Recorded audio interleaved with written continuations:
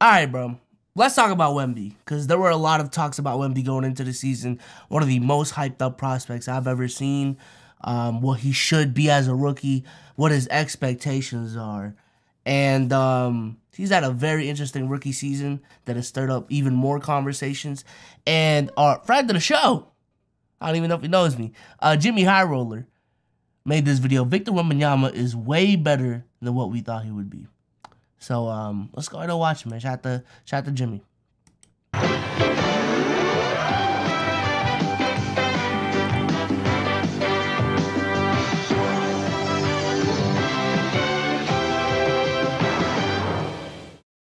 Nearly 4 decades ago, a new young star entered the NBA with big hopes and even bigger hype. People knew he would be good, but it didn't take long for him to exceed expectations of even his biggest fans. Within just months of entering the league, even other players were in awe of his abilities. He's the truth, the whole truth, and nothing but the truth. He's not human.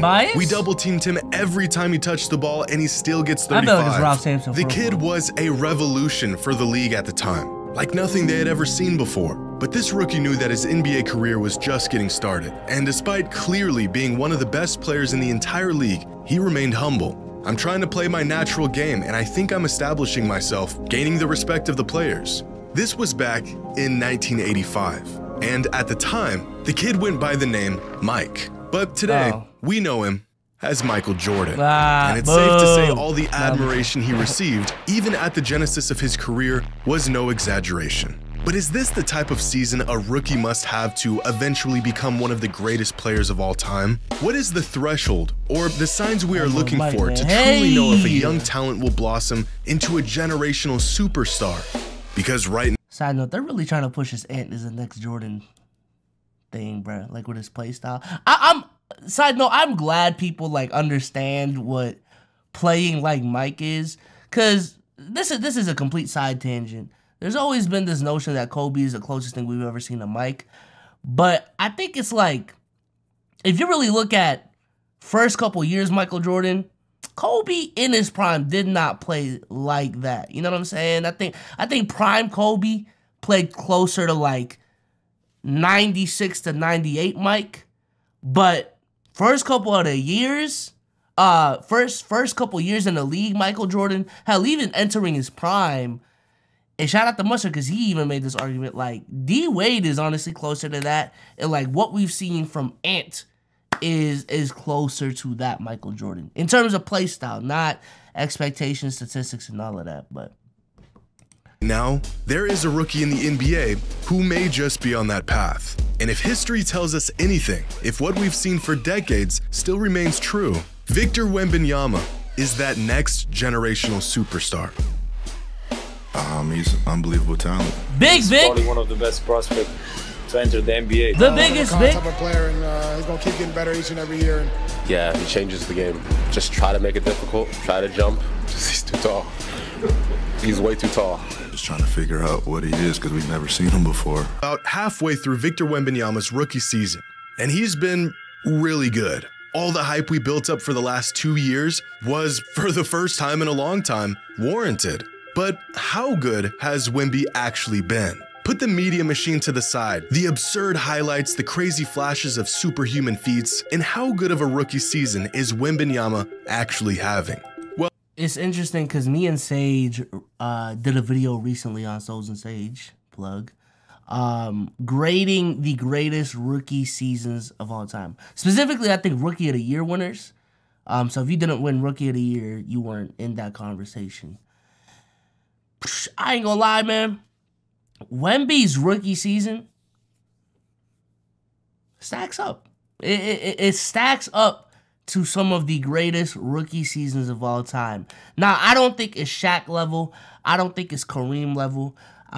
We even would have to look back at like, you know, rookie Wilt, rookie Larry Bird, rookie Magic Johnson, and things of that nature. But even considering that, I think like the names I just said, those were like S tier rookie of the year winner seasons. Wemby is like at an A or a B. Like if you look at history, Wemby is like at an A or a B. And I would even argue that there's even a little bit of a caveat there, because if you look at those S tier seasons, a lot of those players came into the league at 22, 23. And I understand it's still their first year in the league, but I do think there is a stark difference between a 22, 23-year-old coming into the league, already ultra talented as is, and a 19-year-old coming into the league. You know what I'm saying? Like, look at Luka right now at not right now, but look at Luka's stats at age 22, 23. Look at Trae Young's stats age 22, 23. Jason Tatum, all of these one and done dudes that have come into the league for the last like 5 to 8 years. Look at what their seasons were during that year where they were 22, 23, 24. And honestly, they would stack up to some of the best rookie seasons of all time. But with Wemby, I think at age 19 specifically, he might be having the best rookie season ever in terms of that criteria. Now, I understand, I just said LeBron, like, that criteria includes LeBron's rookie season. But look at LeBron's rookie season and Wemby. I'm telling you, it's not that much of a stretch. Well, according to just about every metric, he's having one of the best rookie seasons in modern NBA history, starting with his production from night to night. Through 36 games this season, Wemby is averaging nearly 20 points, 10 rebounds, and 3 assists a game, with over 4 combined steals and blocks. The only other rookies to ever pull off these numbers were no one. Yeah, I'm not gonna lie. Let me move back a little bit, because I wanted to have pretty conservative expectations for Wemby this season. I've heard people say, oh, he's going to average 25 out the gate, 27 out the gate. I didn't see that, to be honest with you. And I wanted to be conservative because, again, when we talk about Wemby and this potential, we're thinking about what Wemby could be in his prime, what Wemby's career could be. His rookie season, to me, honestly, did not matter that much. And I understand because of the hype, people were going to be on his ass. So I wanted to be conservative with my expectations. And my expectations were like 14, 15 points a game. I personally did not think he was going to be this good of a rebounder, or at least, you know, just stat-wise. I did not see 10 rebounds a game. I saw, especially with how people were talking about he leaks out a lot. He doesn't crash the boards. He's more, you know, of a Kevin Durant build than a Giannis traditional big build. I was seeing more like 6 to 7 rebounds a game. The assists is where, right around where I see it. The blocks, I was seeing 2. I was seeing a 1.8, you know, 2.0 flat blocks per game season, but 3.2 is insane. It's insane. I think Wemby is one of those players that truly does deserve the hype. I understand, and I'm honestly with it. This idea that, yo, we can't call every single person a him. We can't call every single draft prospect a generational talent. We can't call every single draft prospect the next LeBron James. Because at some point it becomes disrespectful to what LeBron James is and what he's done in his career. And number 2, it's a disservice to these players putting these expectations that they honestly did not deserve in the first place. And now here we are, 3, 4, 5 years down the line, calling them a bust. But I'm not going to lie with Wemby. He is the exception. He is the exception. In my lifetime, since I've watched basketball, there's only been a couple of names that I truly felt deserve generational talent, hype, truly deserved, you know, league-altering levels of hype, deserved the next face of the league hype, and those would be Zion, Wemby. I'm looking back at the names. I ain't gonna lie, not going into the league, but after his first 2 years in the league, Cat was in that conversation. As funny as that sounds. But Zion, Vic, and I'm trying to think, 11, 12, AD maybe? AD? You know, like, excuse me. These are the names that we're talking about. Everyone else, the Ben Simmons comparisons to Magic and LeBron, saw it at that time, but that was kind of OD. You know, I don't even know. But all I'm saying is Wemby is, he deserves the hype. He deserves the hype.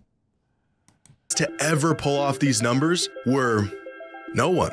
He is the first and only rookie to average such a stat line. Some rookies that have come close include Shaquille O'Neal, David Robinson, Tim Duncan, Larry Bird, Blake Griffin, Larry Johnson, and Dwight Howard, which is some pretty solid company to be included with.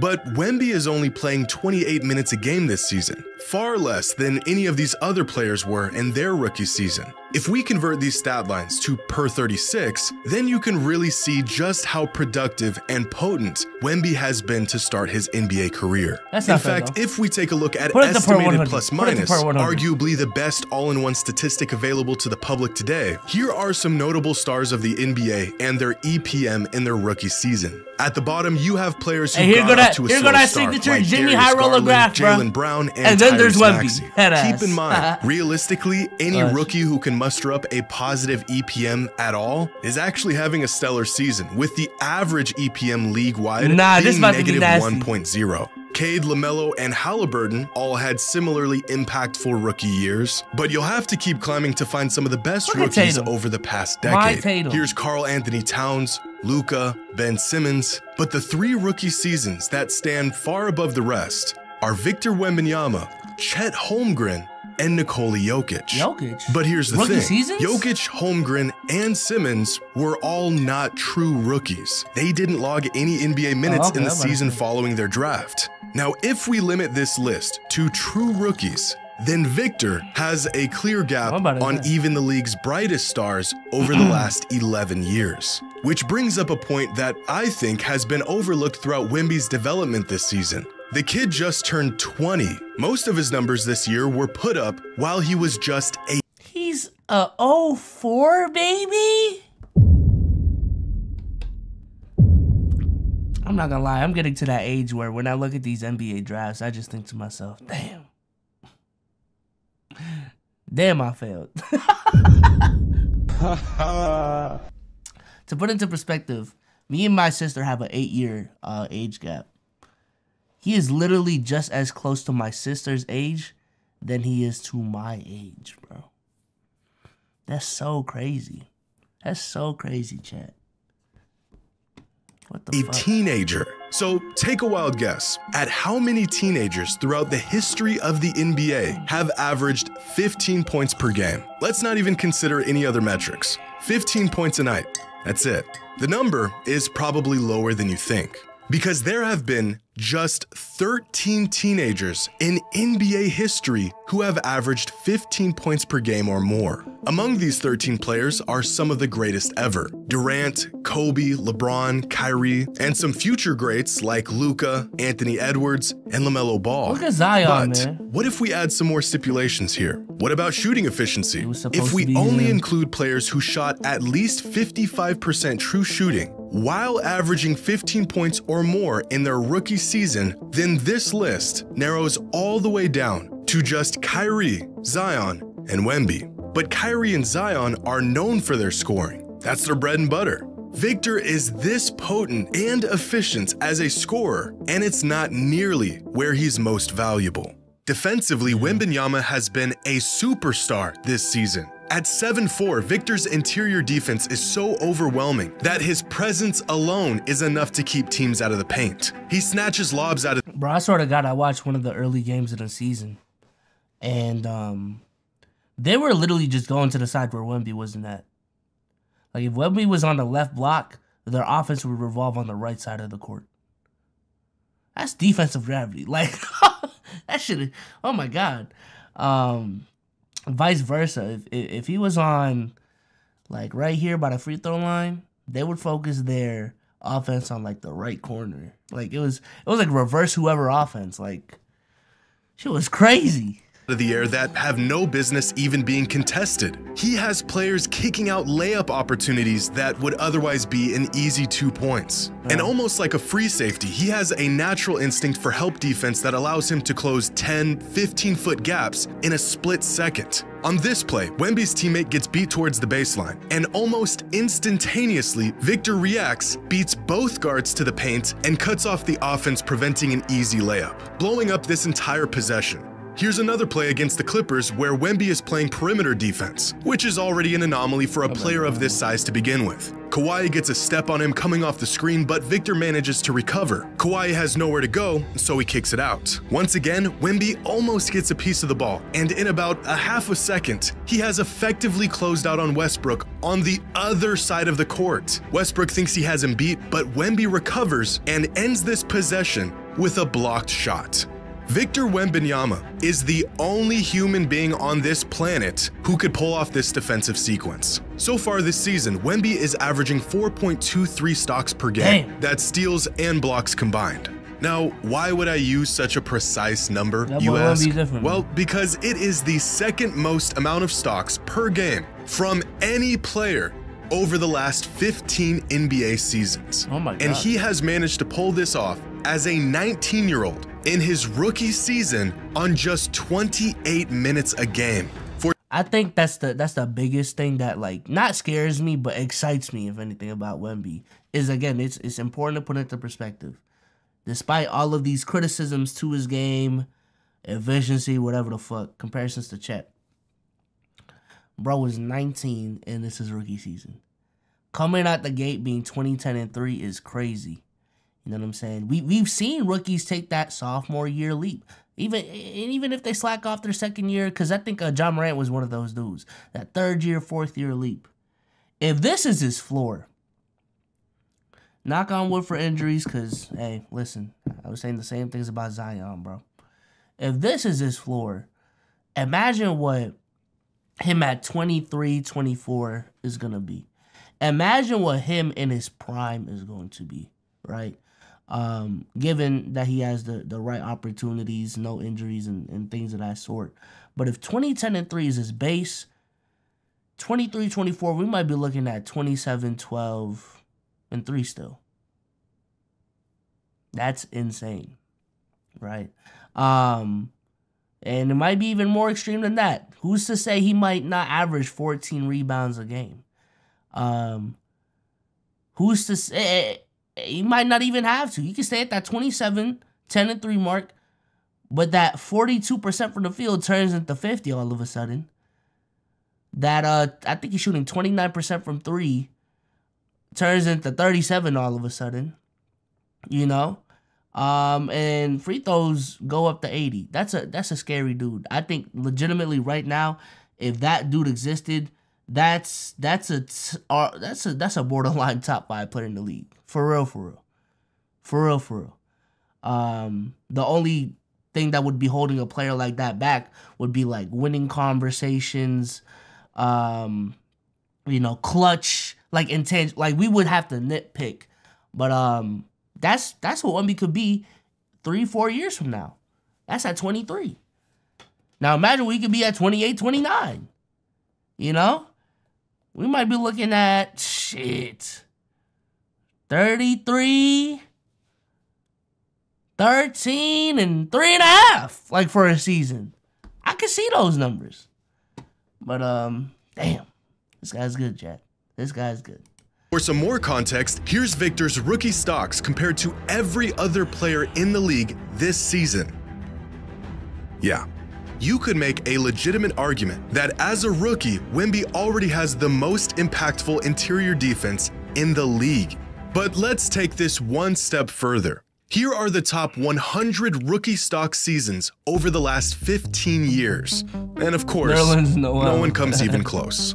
But there are some players here that might give us some insight on the trajectory or even the archetype of player that Victor Wembanyama is. Specifically, Joel Embiid and Anthony Davis. Skilled. What happened to the Walker Kessler hype, by the way? Yeah, that's a side note. Volume scorers who are capable of being defensive anchors on winning teams. But at this point in his young career, Victor is better offensively and defensively than these two future Hall of Famers. So how good is Victor Wembanyama actually? Well, better than I believe most people think. The circus act he puts on every night, the freakish length that he has somehow already figured out how to use at an ultra elite level, the stuff that he does that you and I literally never thought we'd see in our lifetimes. It's all great, but the foundation of Wemby's game is what really sets him apart from virtually every other rookie that we've seen in recent history. He has a skill set that allows his game to thrive against any matchup anywhere on the court. He has this competitive edge about him that'll keep him hungry and working to get better each year. The kid loves to compete, which sounds obvious. But after seeing phenomenal young talents like Zion Williamson and Ben Simmons take steps backwards, despite their abilities, I think being wired this way is crucial for these young stars. Where would Giannis be today without his drive and love for the game? Even something as simple as being able to knock down his free throws at an elite rate cannot be understated. The sign and knock on wood too, but Wemby, has he missed a game this season? Okay, I think he missed a couple games, but he hasn't been injury prone. There hasn't been really big concerns about his injury. If anything, the biggest concern with his injury is just potential injuries. But what a Zion, there were injury concerns going into the league, and they actually came true. Ben Simmons, he didn't play his whole rookie season. You know what I'm saying? We were going through a really rough stretch in the NBA where like the #1 overall pick would just be injury prone, like low key. Out the gate, they would just miss the full first season. Joel Embiid, I think, yeah, Joel Embiid barely played. Even if we want to look at a Nerlens Noel, I believe Nerlens Noel barely played. I know I'm naming a lot of Philly dudes, but again, Zion is in that conversation as well. Yeah, bro, these top picks, I swear to God, they've like damn near scarred us into like not being excited about Wemby. You know what I'm saying? Because we've been disappointed so much. It's like, he might just be another disappointment, but nah, like, I don't know. Everything Wemby is doing is like, nah, I'm worth the hype. Nah, keep believing in me. Signs of a true generational star are all there. We are talking about one of the best offensive rookie talents in league history, who, in some sort of sick joke, has managed— Oh my God. I just got a Woj bomb while I'm recording. The Heat got Terry Rozier. T-Roro! No! Not T-Roro!